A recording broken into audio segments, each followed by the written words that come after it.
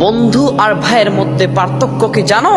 হযরত আলী রাদিয়াল্লাহু তাআলা আনহু বলেন, বন্ধু হচ্ছে হীরার মতো আর ভাই হচ্ছে সোনার মতো। প্রশ্ন করা হলো, হে আলী, ভাইকে সোনার সাথে তুলনা করলেন আর বন্ধুকে তার থেকেও দামি হীরার সাথে কেন তুলনা করলেন? আলী রাদিয়াল্লাহু তাআলা আনহু বলেন, সোনা যতবারই ভেঙে যাক না কেন তাকে গলিয়ে আবার আগের মতো করা যায়, কিন্তু হীরা যদি একবার ভেঙে যায় তাকে আর কখনো আগের মতো করা যায় না। So respect your brother and keep your friend in your heart. সম্মান করো তোমার ভাইকে আর হৃদয়ে রাখো তোমার বন্ধুকে। বন্ধু আর ভাইয়ের মধ্যে পার্থক্য কি জানো? হযরত আলী রাদিয়াল্লাহু তাআলা আনহু বলেন, বন্ধু হচ্ছে হীরার মতো আর ভাই হচ্ছে সোনার মতো।